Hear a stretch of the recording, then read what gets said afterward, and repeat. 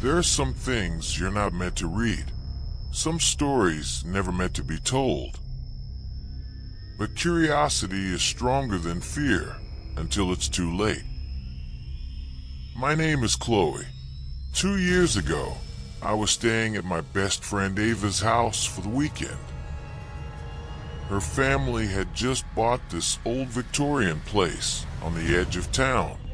It was beautiful, but also unsettling. Long hallways, creaking stairs, and the kind of silence that makes you feel like you're being watched. That weekend, we found something hidden in the attic, something that should have stayed buried, a diary. And opening it was the worst mistake we could have made. We were bored exploring. The attic smelled of dust and mildew, cluttered with old trunks and boxes. That's when Ava found it, tucked inside a wooden chest under yellowed sheets, a small leather-bound diary. The cover cracked, stained, edges frayed. There was no lock, just initials burned into the front EM. Ava laughed. Probably just some old lady's grocery list. But when she opened it, the handwriting was shaky, scrawled in faded ink. The first line made my stomach tighten. If anyone reads this, know that I am already gone. We sat cross-legged in the attic, reading by flashlight. The entries grew darker with each page.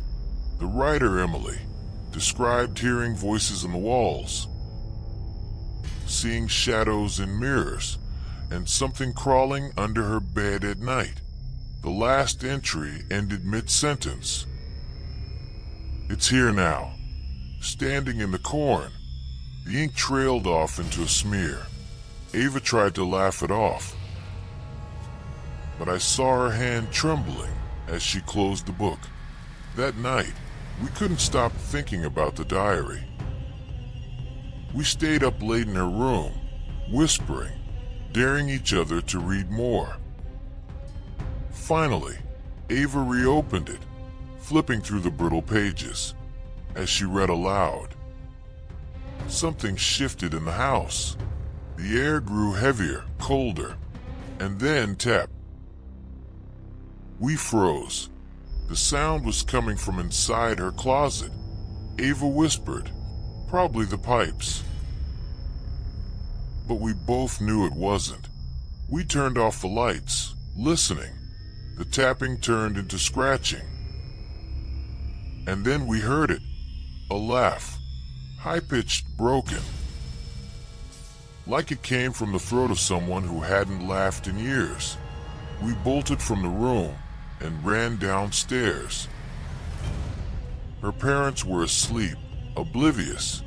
We sat in the living room with the diary between us. Ava whispered, "What if Emily wasn't crazy?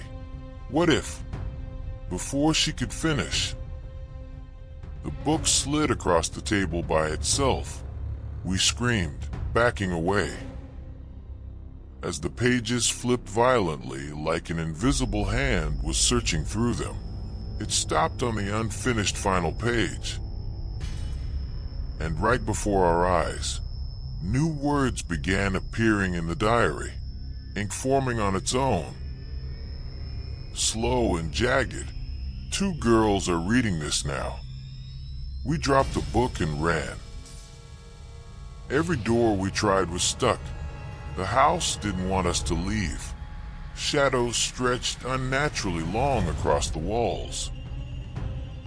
And then she appeared. At the top of the stairs stood a girl, pale, soaked as if she'd drowned. Hair hanging over her face. In her hands, the diary. She tilted her head, laughing that same broken laugh we'd heard before, when Ava whispered, "Emily." The girl's face snapped toward us, eyes black, hollow. She opened the diary. Every light in the house went out. We screamed, and I don't remember much after that, just running. The front door finally giving way, and the two of us tumbling into the night rain. We never found the diary again.